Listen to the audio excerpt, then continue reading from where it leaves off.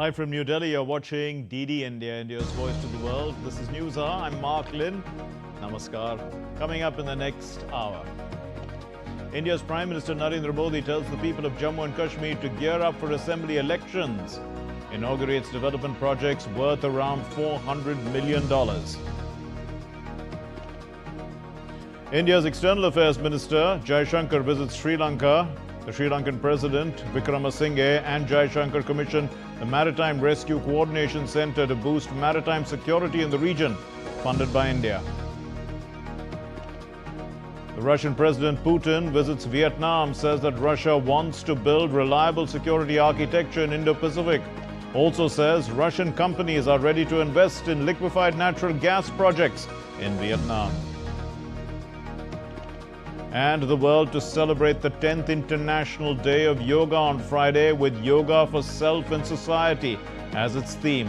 Prime Minister Modi to join 3,000 to 4,000 yoga enthusiasts on the banks of the Dal Lake in Kashmir to mark the occasion.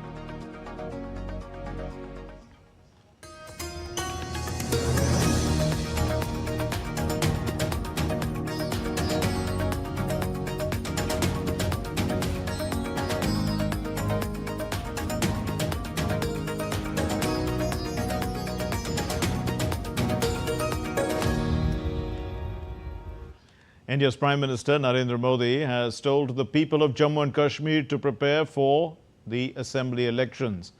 The Prime Minister, who is on a two-day visit to Jammu and Kashmir, inaugurated development projects worth around $187.5 million.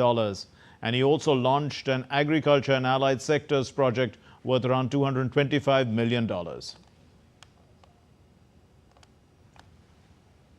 It was Prime Minister Narendra Modi's first visit to Union Territory of Jammu and Kashmir after he took charge for the third term. Prime Minister Narendra Modi participated in Empowering Youth Transforming Jammu and Kashmir event at Sher-e-Kashmir International Conference Centre in Srinagar. PM Modi laid the foundation stone and inaugurated 84 major developmental projects valued around $187.5 million. Prime Minister Narendra Modi also laid the foundation stone for projects like improvement of Chenani Patnitop Nashri section, development of industrial estates and construction of 6 government degree colleges. PM also launched the Competitiveness Improvement in Agriculture and Allied Sectors project worth around $225 million. Prime Minister Narendra Modi also distributed appointment letters to more than 2,000 people appointed in government job. PM hailed the youth for their enthusiastic participation in recent parliamentary elections. हमारी सरकार perform करके दिखाती है, result ला करके दिखाती है।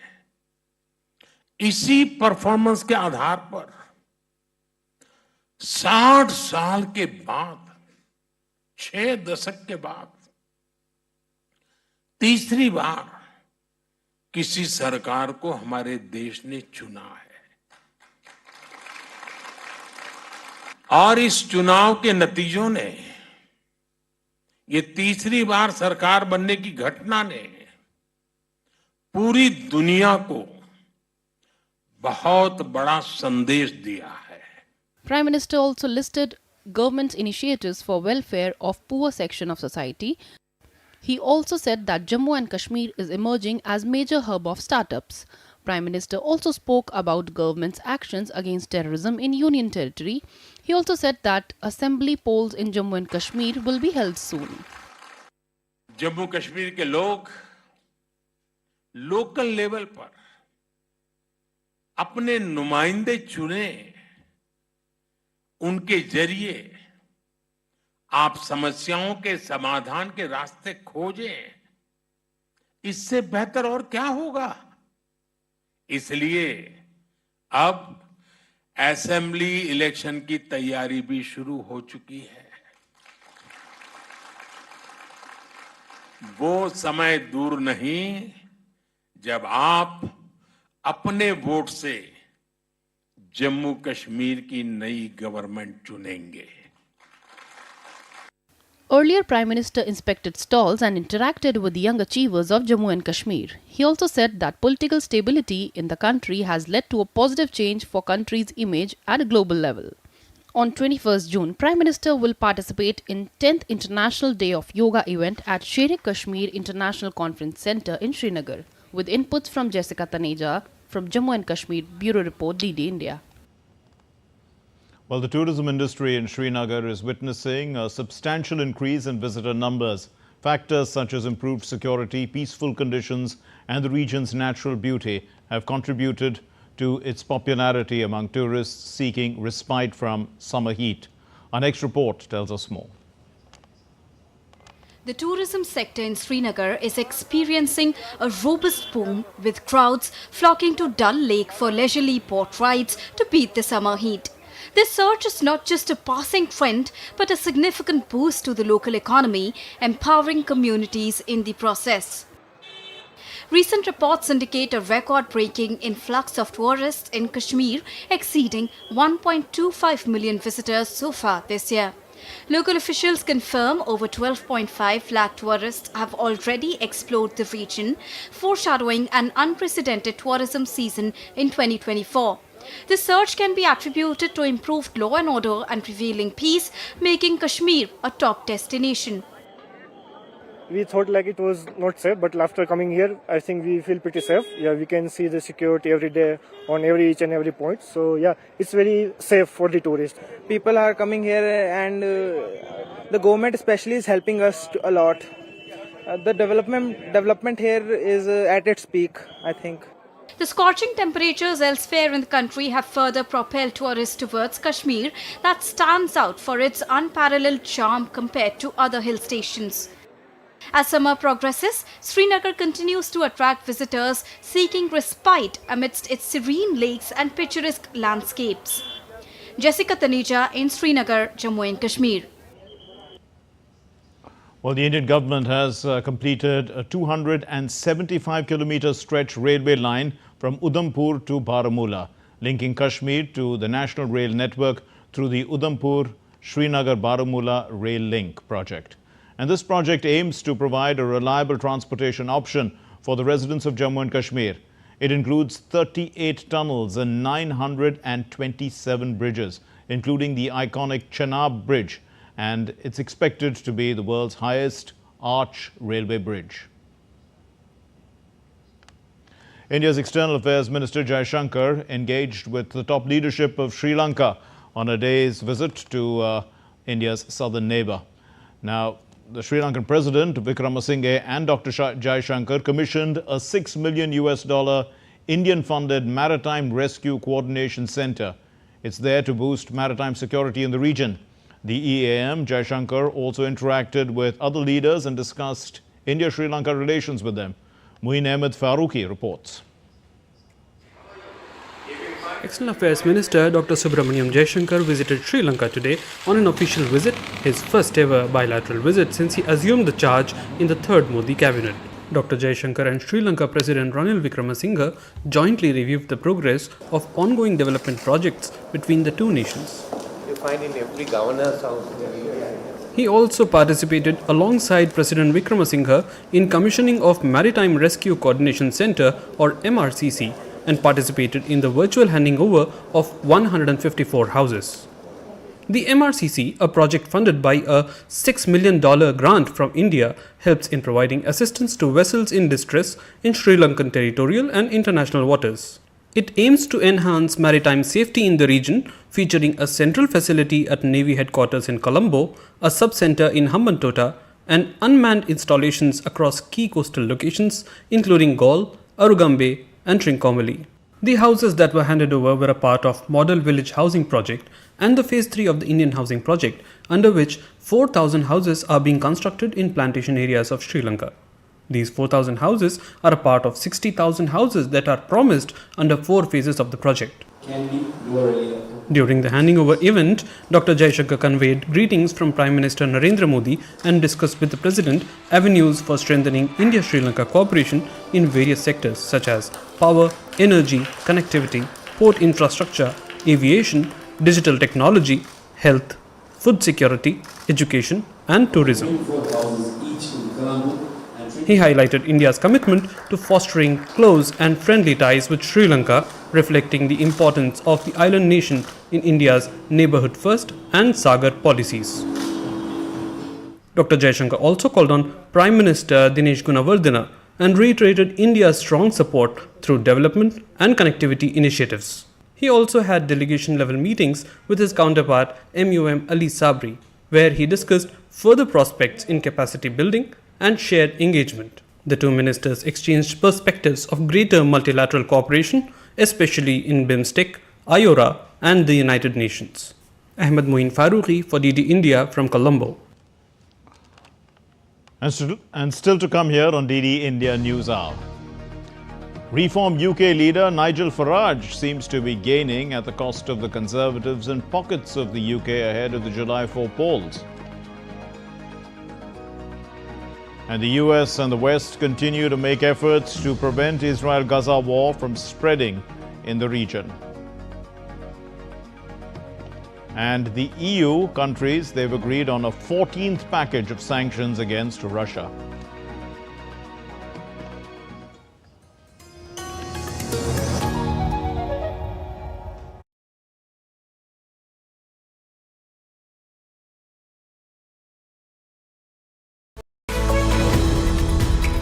We just don't bring you the news as it unfolds. We get to the heart of the matter. We don't just present facts, we demystify complex social, political and economic events. We break stories that shape the world's present and future because you deserve the truth. I am Tanvi Taneja from New Delhi. I'm Ollie Barrett from London. I'm Nick Harper from Washington, D.C. Join us on DD India Global Monday to Friday at these times.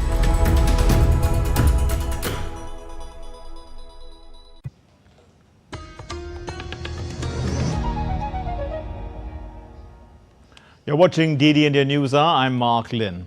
A day after signing a mutual defense agreement with North Korea, Russia's President Vladimir Putin touched down in Vietnam early on Thursday local time for talks with the country's communist leaders on the final stop of his two-nation tour of Asia.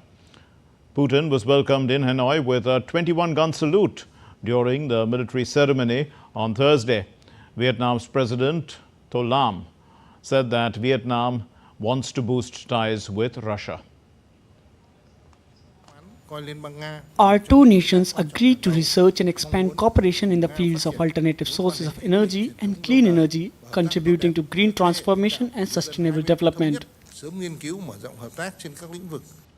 Russia and Vietnam signed over 10 agreements, including a bilateral cooperation agreement in sectors such as oil and gas, nuclear science, and education.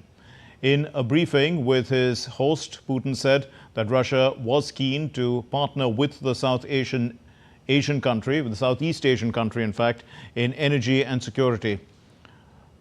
Putin said that Moscow and Hanoi are interested in building a reliable security architecture in the Indo-Pacific region. He also said that Russian companies were ready to invest in liquefied natural gas projects in Vietnam.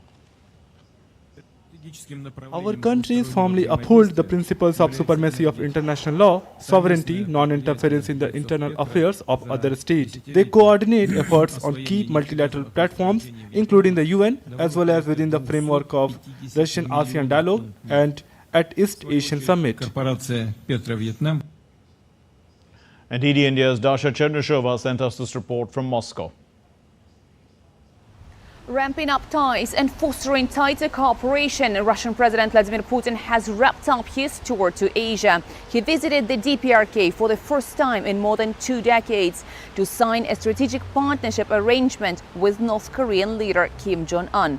The deal is set to ramp up ties to a new level, and sides pledge to help each other if either nation is attacked. In Vietnam, Putin met with the country's leadership and said that strengthening a comprehensive strategic partnership with Vietnam is always one of Russia's priorities.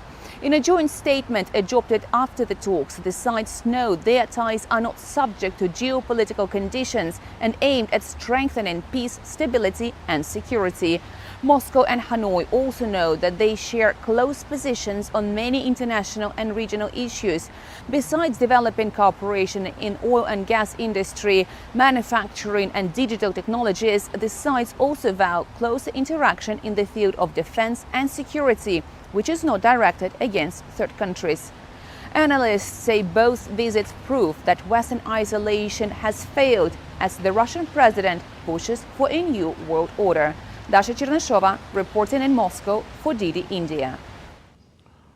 Well, Russia attacked a village in Ukraine's eastern Donetsk region on Thursday, killing 3 people and injuring 4 others. According to preliminary data, Russian troops used the Smerch system to launch cluster munitions. Among the injured was a 14-year-old boy who was hospitalized. 4 households, cars and a gas pipeline were damaged in this attack. The European Union has agreed, the countries there, to a 14th package of sanctions against Russia on Thursday. It includes a ban on transshipments of Russian liquefied natural gas. The package maximizes the impact of existing sanctions by closing loopholes. Instead, EU companies will still be allowed to purchase Russian LNG, but be prohibited from re-exporting it to other countries. The approval was delayed several times over the reservations voiced by several countries, including Hungary, which had vowed to block any sanctions in the energy sector. Kiev has announced the extension of a trade liberalization agreement between Ukraine and the European Commission on Thursday. This extension enables Ukrainian cargo to enter the EU duty-free for another year. The agreement, initially signed in 2022 and annually renewed since then, includes provisions for automatic renewal potentially until 2025.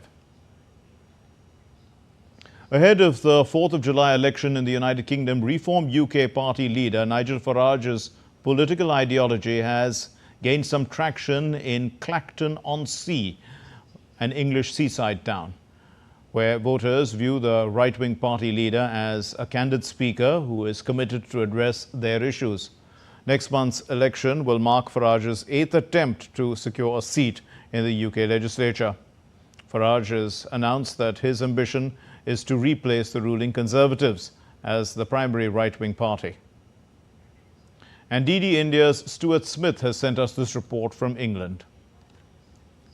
Interesting, because Nigel Farage will be going for an 8th attempt at becoming a lawmaker, but he's already made a huge impact on this election with his Reform Party, making it even harder for the Conservatives to gain votes, coming as they are from the right wing of where the Conservative Party lies, compared to Labour coming from the left, meaning that vote share is being squeezed. And with that, he's also saying that he would like to make this an election about the immigration to the UK, because he believes the Conservative Party are not doing enough. So the Conservatives being scrutinised on immigration, both from the Labour left and Reform in the right. As to whether he'll get a seat here, it seems to be an open question, with different polls suggesting vastly different things. Because Reform has never attempted to secure a seat here in Clacton before, and because Nigel Farage's popularity is massively based on his personality, it's hard to know how it will go. But if he does manage to secure a seat here, it doesn't necessarily mean Reform will succeed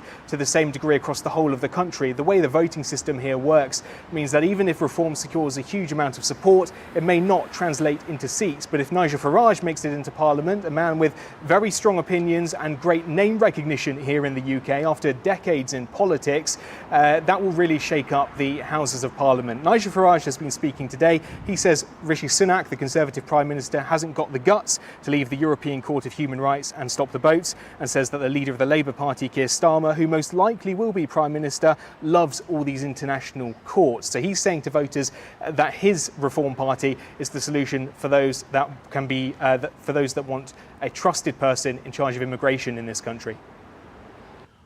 And France's President Emmanuel Macron has promised to lower power bills, reduce inheritance tax and link pensions to inflation if they win a snap election. Prime Minister Gabriel Attal blamed the far right and the left as threats to the economy.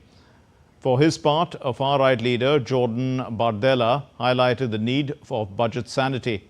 The snap legislative election will take place in 2 rounds on the 30th of June and the 7th of July. The US and other Western countries have made all efforts to prevent the spreading of the Israel-Gaza war into the region.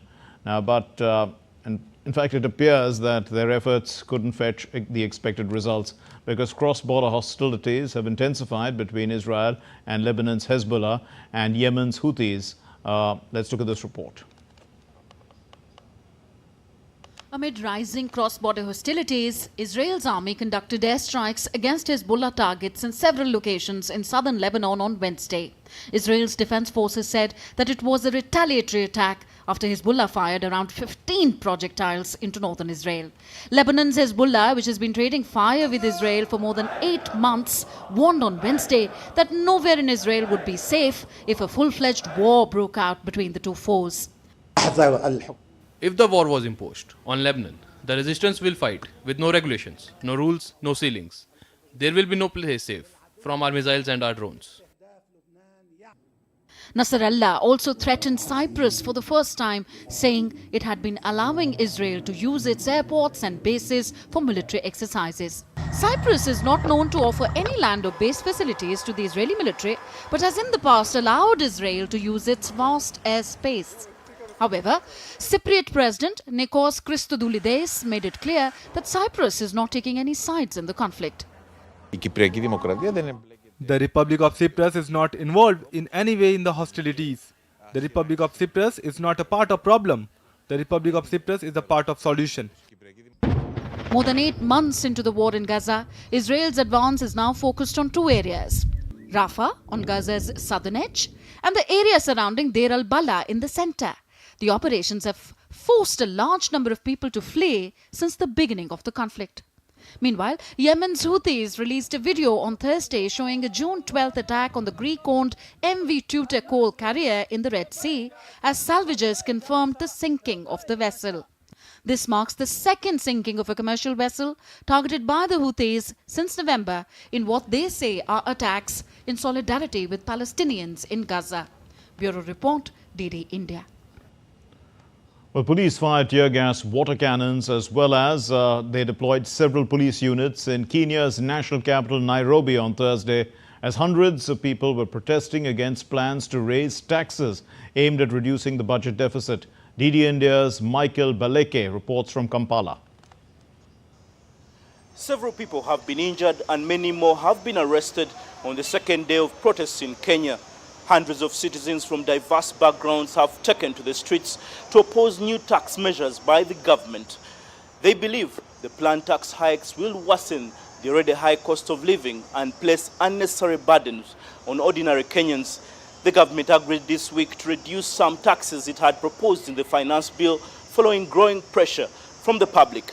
However, some taxes have been maintained on fuel and exports. The government says the new levies are important to reduce Kenya's dependence on external loans. The vibrant demonstrations with the slogan, Occupy Parliament, have been coordinated and mobilized on social media by mostly young protesters. Michael Baleke in Kampala, reporting for DD India. South Korea on Thursday said that it will review the possibility of supplying weapons to Ukraine. The statement comes after the leaders of North Korea and Russia signed a pact pledging mutual defense in the event of the conflict between Russia and Ukraine. The government expressed serious concerns and condemned the comprehensive strategic partnership agreement signed yesterday between North Korea and Russia, which aims to strengthen their mutual military and economic cooperation. The United States has approved the sale of more than 1,000 small armed drones to Taiwan, worth $360 million, as the island aims to strengthen its asymmetrical warfare abilities with an eye on successful tactics used on the battlefield in Ukraine. Laura Westbrook reports from Hong Kong.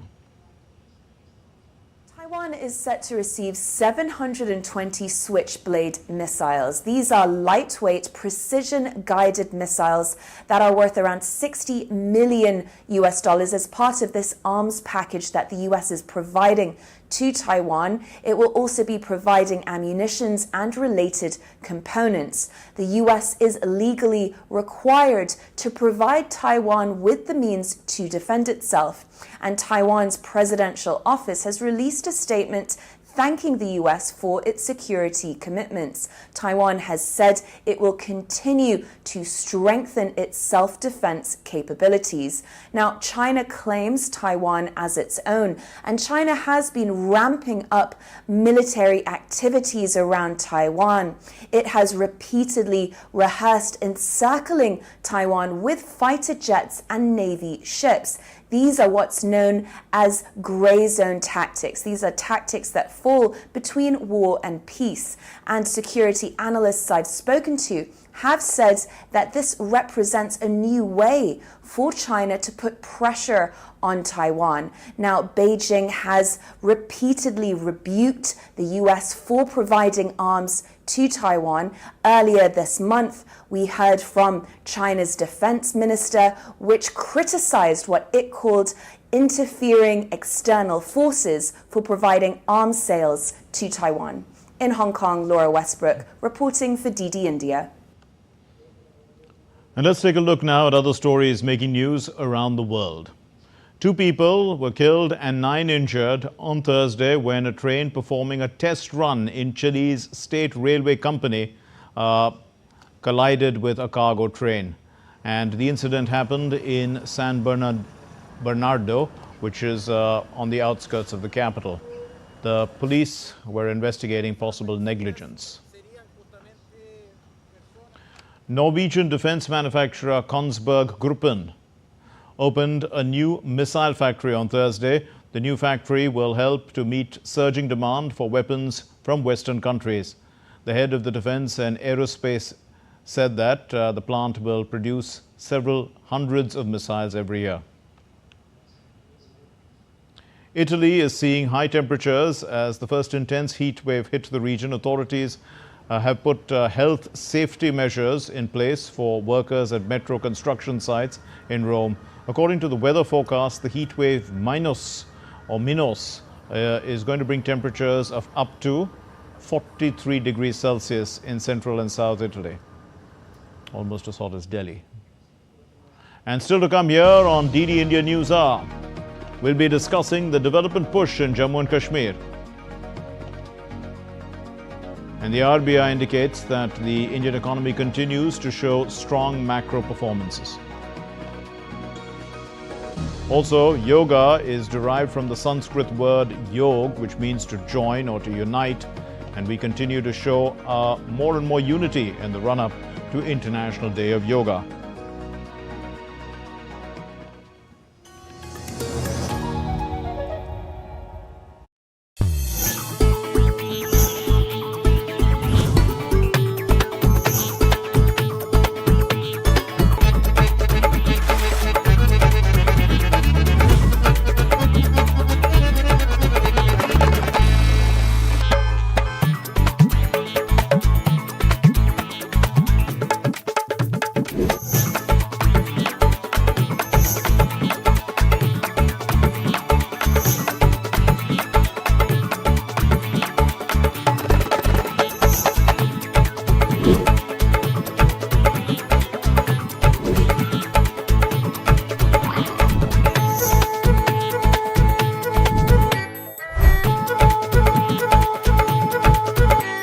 Welcome to Jaipur.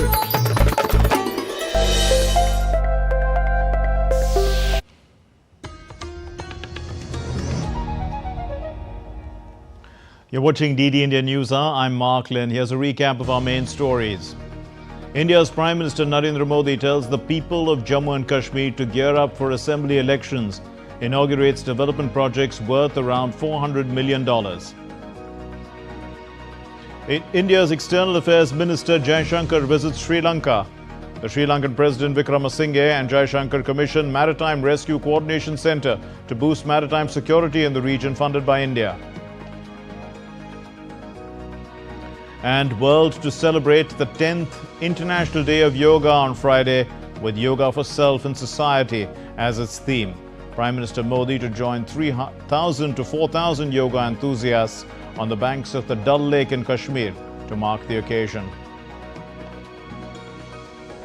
Well, during his visit to Jammu and Kashmir on Thursday, Prime Minister Narendra Modi interacted with young startup founders. The Prime Minister had attended the Empowering Youth Transforming Jammu and Kashmir event in Srinagar. Let's listen to what some of them said about meeting the Prime Minister. Coming back to India, I decided let me do something for my people, especially for the women folk in Kashmir. So I started this venture for empowering women of Pulwama district. I belong to a small village of Pulwama. So the women over there, they are quite capable with skills, good skills. So to make them economically independent, to give them good life, I started with this venture. Yeah, the impact has been good. We are a social enterprise at heart, and we started with a team of 2 people. Now we are a team of 25 people. Plus we are adding more members day by day. People are using our e-bikes like anything, and to be honest, the lower strata of the society is benefiting immensely from our eco-friendly and affordable e-bikes, and they have been the main beneficiaries of our startup. Cheese Cottage got a lot of hype because of its design, because our design is very unique. It's inspired by the European industrial age and loft design. So this is first of its kind in Kashmir, and soon it became a talk of the town, and a lot of Bollywood movies, series were getting shot in Cheese Cottage. So that's how it gained most of the popularity. And yes, we are trying to promote offbeat destinations for homestays, and this is how the whole, and we're using rainwater harvesting, solar panels, and we're using as much less garbage. We're not trying to litter around. We are planning to set up the first digital forensic lab in Jammu and Kashmir, which will help the police officers to they will have an ease in investigating the cyber crimes and even monitoring the terrorism and terrorism activities related to digital devices and technology. We were appreciated by another command, and it was done on honorary basis. We did some counterintelligence tasks against some cyber attacks which were done, which were targeted on individually army personnel. So moreover, we have trained more than 300 police professionals. And we have been honored in Future Crime Summit as Best Cyber Initiative and Cyber Warrior of the Year. And the Future Crime Summit is one of the biggest cybersecurity conferences in India. And to discuss more about the Prime Minister's visit to Jammu and Kashmir, we are joined by Aarti Tikku, who's a senior journalist and a well-known voice from Kashmir. Thank you very much, Ms. Tikku. Now let's put into context what the Prime Minister said, Jamhuriyat or democracy, and we look at it in the shadow of Article 370 and also from the point of view of stability that has built up in Jammu and Kashmir since it's become a union territory. Can you put that into context for us? Sound in the background. I hope the technical team fixes that, but in the meantime, let me try to answer your question. First of all, I think it is great that the Prime Minister has come to Kashmir on International Yoga Day, which falls tomorrow.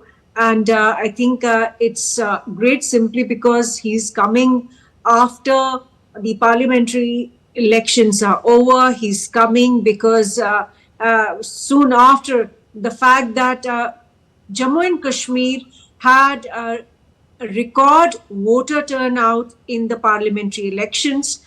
That itself signifies the change in the air in Kashmir Valley particularly. Let's not talk about Jammu at the moment, because Jammu, as we know, has seen a surge in terror incidents in the last few months. In fact, in the last few years, we know that the theater of terror has shifted across Punjab.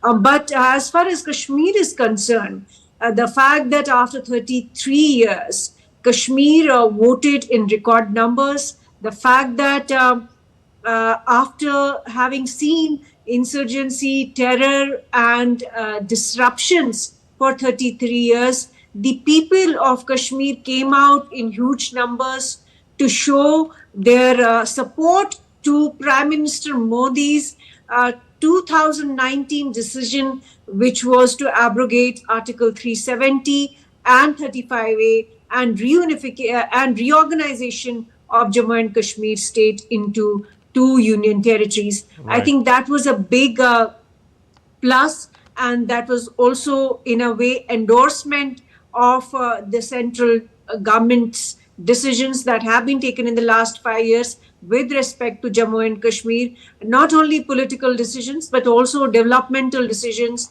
The fact that 60,000 crore rupees have been invested in 53 projects, whether it's about rail or roads, healthcare, education, so many projects which are still under process. Yes. And that is itself showing that people in Kashmir are certainly for this peace that has prevailed in the last 5 years. We saw dramatic reduction in terrorism. We saw dramatic reduction in stone pelting, in rioting, in the kind of violence we were used to in Kashmir for 30 years. So I think overall, if you really look at the fact that Prime Minister has arrived on the eve of International Yoga Day, and he will be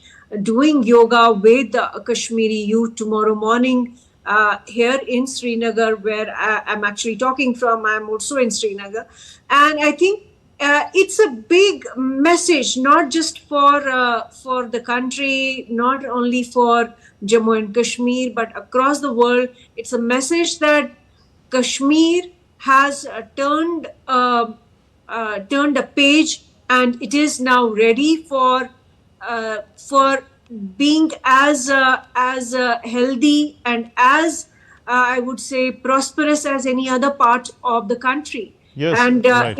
it's also showing that youth are enthused by development and peace, and certainly opportunities which are quite promising for the So valley. you've talked about development and peace. Let's put that into context as well. You know, the development projects worth about $400 million have been inaugurated or laid the foundation stone. And that's, I mean, today I'm talking about. But there are otherwise projects that have already been, you've seen them coming up. The highways, there's the world's highest bridge for the railways. All this has totally transformed the region and also bringing in a lot of tourists into Kashmir. How does this, I mean, how did the locals look at this in terms of opportunities and prospects for the future? Well, you know, I have traveled across Kashmir Valley in the last several months, and I've spoken to scores of Kashmiri Muslim youth. I've spoken to scores of people in trade, in tourism sector, and I can tell you with confidence that most people are looking forward to greater opportunity because of the fact that peace has prevailed in the last 5 years. There are business opportunities coming up, and people are, in fact, people are looking forward to the prevalence of what has emerged ever since the abrogation of Article 370. Lot of people, lot of youth have told me that they would like to see a lot of untapped areas which are tourism-wise have great potential. Have told me that they are looking for facilities and opportunities where they are self-reliant and they do not have to go out from their own villages or their small towns to Srinagar or go out of the valley to look for jobs. And they also have expressed appreciation of the fact that, you know, for 30 years, because of insurgency and terror, there were hardly any opportunities. Business investors, businesses, industrialists were keeping away from this place, and there was zero interest in fact, developing any sector. But Yes. today, as things have improved in the last 5 years, youth do understand the need for privatization. The youth do recognize the need for bigger investment into different sectors, whether it's hotel industry, whether it's infrastructure industry, whether it's small scale industries. People are very hopeful, and people have moved on from the era where you would have young kids going to the streets and pelting stones. There was this era where you would see young kids getting killed in clashes with the security forces. That no longer actually has any currency in the valley today. Okay. Most parents are happy that their children are going to school and college and universities freely and fearlessly, and they do not have any insecurity about their life and prospects in their careers. Yes, Ms. Tiku, the Prime Minister interacted with young entrepreneurs or startups, and so there is an entrepreneurial zeal. You did talk a little bit about that just now, and there are opportunities. But the Prime Minister also provided appointment letters to some of the youth. It's clearly given the message that the government is there to support ventures as well as to provide opportunities. How do the youth look at this in terms of developing the economy beyond the traditional sectors such as tourism and horticulture? Well, certainly, as I said, that youth are hoping that there will be newer avenues and there will be newer sectors which can be developed. A lot of youth are interested in services sector also. A lot of youth were telling me that healthcare, for example, could be a huge sector in Kashmir, given the weather, given the cleaner air, given the fact that lot of Kashmiri youth do invest in education, especially streams like medicine and even engineering. So they are certainly looking ahead and desiring privatization. In fact, a lot of youth that I spoke to were seeking similar facilities, like, for example, in dentistry, Right. that youth who have have studied dentistry do not have the same kind of opportunities that a Yes. young dentist would have in Delhi or any other big city in India. Likewise, youth are interested in they have the same aspirations as the youth of the rest of the country. They are no Okay. different. They want to excel in civil services. Lot of youth are now preparing for UPSC. Lot of youth want to move out of Kashmir for better opportunities, not because I'll of cut in fear. at this point. We run short of time. Thank you very much, Ms. Tiku. Thank you for your time and for putting this all into context. And we're all looking forward to the International Day of Yoga program tomorrow in the morning. Thanks very much for being with us. Now, moving on, India's Prime Minister Narendra Modi met with a delegation of sitting and former US lawmakers led by Michael McCaul in New Delhi on Thursday. The delegation comprised the chair of the US House Committee on Foreign Affairs, Michael McCaul, as well as a former Speaker, Nancy Pelosi. And this delegation was in India to meet the Tibetan spiritual leader, the Dalai Lama, in Dharamshala. Bangladesh's Prime Minister Sheikh Hasina will be on a two-day state visit to India from the 21st of June at the invitation of her Indian counterpart Narendra Modi. It will be the first incoming bilateral state visit after the formation of the government in India after a parliamentary election. And this visit, in fact, will include bilateral consultation. The Prime Minister will call on Prime Minister Hasina, that is, will call on India's President Draupadi Murmu and Vice President Jagdeep Dhankar. India's External Affairs Minister S. Jaishankar will call on Prime Minister Hasina.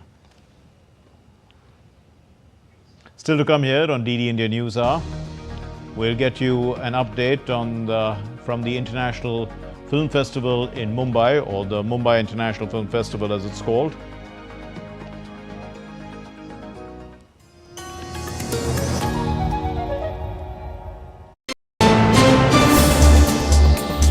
Voice of a rising aspirational world.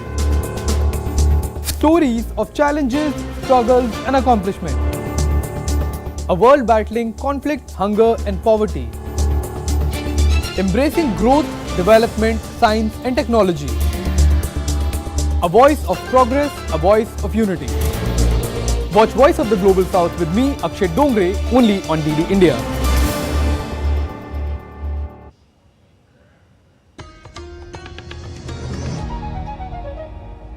You're watching DD India News Hour. I'm Mark Lynn. Some good news on the economy front. The Central Bank of India, the Reserve Bank of India, or the RBI, has reported strong macroeconomic performance in the Indian economy. The Indian economy has surpassed Brazil as well, becoming the world's third largest domestic airline market. Let's take a look at these stories. Global investors and shareholders continue to pour capital into various sectors in Indian markets. Ahead of the GST Council meeting on Saturday, a Deloitte survey revealed that about 84% of Indian companies strongly support GST implementation and are calling for progressive steps to advance the regime. The Deloitte India survey further indicated that companies' confidence in the reform has significantly increased from 59% in 2022 to 84% in 2024. Some of the sectors which are witnessing substantial growth include IT, pharmaceuticals, aviation and others, positioning India as a critical player on the global economic stage. According to the monthly bulletin of India's central bank, the Reserve Bank of India, the Indian economy delivered a solid macroeconomic performance despite geopolitical headwinds and the build-up of supply chain pressures. Central Bank expects real GDP to rise by 7.2% in 2024-25. Following the 8.2% growth rate achieved in 2023-24. In big news for the aviation sector, India has surpassed Brazil to become the third largest domestic airline market globally, up from the 5th position a decade ago, according to an analysis based on data by OAG. The data shows that India's domestic airline capacity has doubled in a decade, reaching 15.5 million in April 2024, up from 7.9 million in April 2014. Bureau Report, DD India. India's President Draupadi Murmu on Thursday appointed the 7th-time MP Bhartrihari Mehtab as the pro tem Speaker for the lower house under Article 95(1) of the Indian Constitution. The 18th Lok Sabha, with a newly elected house, in fact, will hold its first session from the 24th of July to the 24th of June till the 3rd of July. During which the new Speaker of the House is going to be elected. Until then, the pro tem Speaker is going to administer all the other important duties. The opposition party, the Bharatiya Janata Party in Karnataka, led a cycle rally to protest against the hike in petrol and diesel prices by the Congress government in Karnataka. The BJP, in a scathing attack on the Congress government's financial mismanagement, accused it of pushing the state towards bankruptcy and also demanded immediate rollback of the petrol hike. So let's look at how the Congress government said that there is no question of a rollback as well. BJP has demanded rollback of the price hikes in petrol and diesel rates in Indian state of Karnataka. BJP accused that Congress party has made the state bankrupt in the name of guarantees by overspending rupees 54,000 crores on 5 guarantees but without any preparation. पिछले साल ही जो मुद्रण शुल्क है, अबकारी शुल्क है या टैक्स है, मोटर व्हीकल टैक्स है, उस सब के बढ़ोतरी किया गया, उससे 12,000 से 15,000 करोड़ कमाया गया कर्नाटक राज्य सरकार ने. बट क्या ये कमाई लोगों तक पहुंची? 1,92,000 crore लोन नया लिया गया. The government refuses to roll back any hikes in the taxes and justifies it. The Deputy Chief Minister says the hike never happened in the last 10 years. No financial institutions, including the international institutions, are not ready to help us. We have to take 6th stage. We have to do other developments So last 10 years we have not increased even a 1% of price. It is very difficult to run the system. Whenever the deficit comes, naturally governments will think, but we have not facing any deep deficit like that, and we are keeping the balance and also economic financial discipline. Former BJP Chief Minister Basavaraj Bommai says there has been an increase in the tax portion of the state from the central government. But the state government has hushed up everything and stopped very low to cover up its mistakes. Aisha Khanam reporting for DD India from Karnataka. India's President Draupadi Murmu celebrates her 66th birthday on Thursday. President Murmu inaugurated the Mitti Cafe in the President's estate and celebrated her birthday with the staff. The Mitti Cafe is a non-profit organization, and it provides sustainable livelihoods to persons with disabilities. President Murmu started her day also by visiting the Lord Jagannath Temple in Delhi, and she prayed for all countrymen. And now let's give you an update on the International Day of Yoga, which is to be celebrated on the 21st.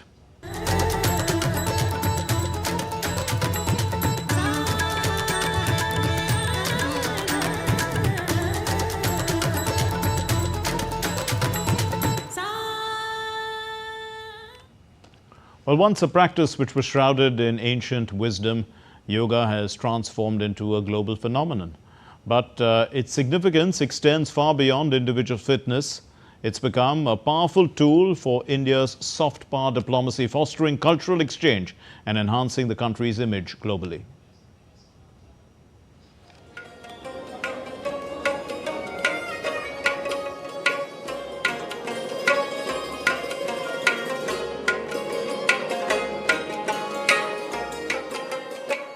Prime Minister Narendra Modi will lead the International Yoga Day celebrations in Srinagar, marking its significance at the world stage. The seeds of yoga diplomacy were sown decades ago, but it wasn't until 2014 that it blossomed on the world stage. PM Modi spearheaded the initiative to declare June 21st as International Yoga Day at the United Nations. This move not only highlighted yoga's cultural heritage but also positioned it as a unifying force for global health. The overwhelming international participation in subsequent celebrations is a testament to yoga's universal appeal. Several factors contribute to yoga's global success story. Unlike many fitness trends, yoga offers a holistic approach combining physical postures, breathing exercises, meditation, and ethical principles. This caters to a wide range of needs, from improving physical fitness to reducing stress and promoting mental clarity. Additionally, yoga requires minimal equipment and adapts to different abilities and ages, making it accessible to a broad audience. But yoga diplomacy goes beyond simply promoting poses on a mat. It serves as a platform for cultural exchange and building bridges between India and other nations. Yoga classes organized by Indian embassies bring people together, fostering understanding and appreciation for Indian culture. Furthermore, yoga's emphasis on holistic wellness resonates with the growing global focus on mental health. By sharing this expertise, India positions itself as a leader in promoting well-being on a global scale. Bureau Report, DD India. Well, on the eve of International Day of Yoga 2024, the Embassy of India in Nepal organized yoga demonstrations at 3 iconic landmarks of Pokhara. The events commenced with a sunrise yoga session at the scenic Sarang Court viewpoint, and this was followed by a yoga demonstration at the revered Shiva temple in Pumdikot near Pokhara. The events drew participation from people of different walks of life. India's Education Minister Dharmendra Pradhan said that the ministry has been in regular contact with the Bihar police with regard to the alleged paper leak of the NEET examination, the undergraduate examination of 2024. What's happened is that Pradhan announced that the government is also setting up a high-level committee to give recommendations on improving NTA's structure, its functioning, examination process and transparency. सरकार एक high level committee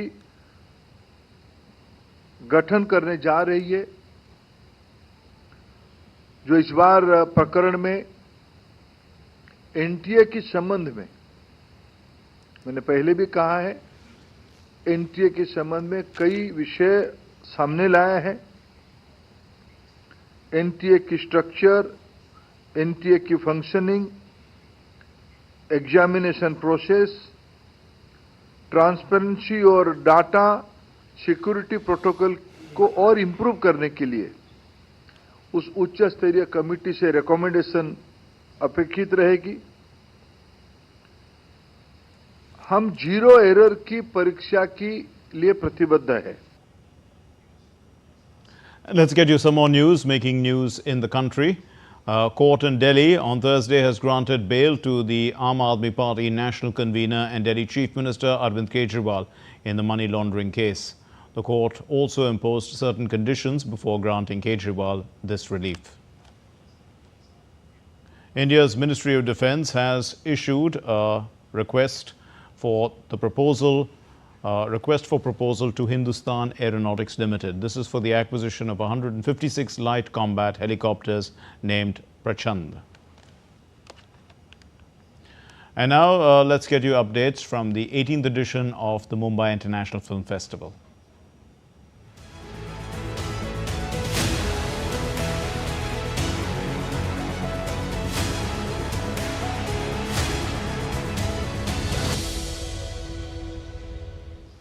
And DD India spoke exclusively to the eminent film editor, Ollie Huddleston, I beg your pardon, who held a masterclass at the ongoing Mumbai International Film Festival. He was speaking on the occasion and he shared tips on how a good movie is edited. He also expressed happiness at his attending the Mumbai International Film Festival. Let's listen.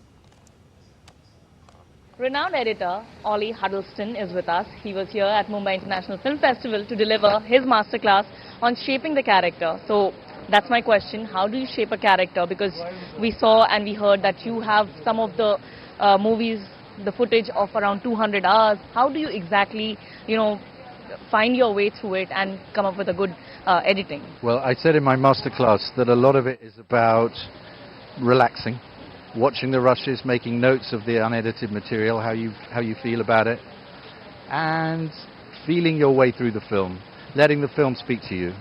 It's easy to say and hard to do, and you get better at it as you get older. It's about concentration and allowing yourself into a deep dive and just following your nose, following your instinct. Lastly, how do you find Mumbai International Film Festival and its various masterclasses? And did you get a chance to see any movies? I haven't seen many movies, but I've had a great time here. People are so enthusiastic, and I love India, I love Mumbai. I haven't been here for a long time. I'm very happy to be here. It's a privilege to be asked to come from my country to talk about films. What else could you wish for? Amazing. Great experience. Thank you. All right. Thank you very much for talking to us, sir. So that was Ollie talking all about his tips that he has gained in his 30 years of journey and how it is to be on the editing table to bring out life in the movie. With camera person Gaurav Kagra, this is Shama Mishra for DD India, Mumbai. Well, that's all we have in this edition of DD India News Hour. Let's know your thoughts on the news of the day. And for those of you on the go, you can get the latest news and updates from India and across the world on the DD India mobile app. The app's available on both Android and iOS platforms. Scan the QR code and download it. We'll be back with more news as it breaks here on DD India. My name is Mark Lin. From all of us here in Delhi, thank you for watching DD India News Hour. Namaskar.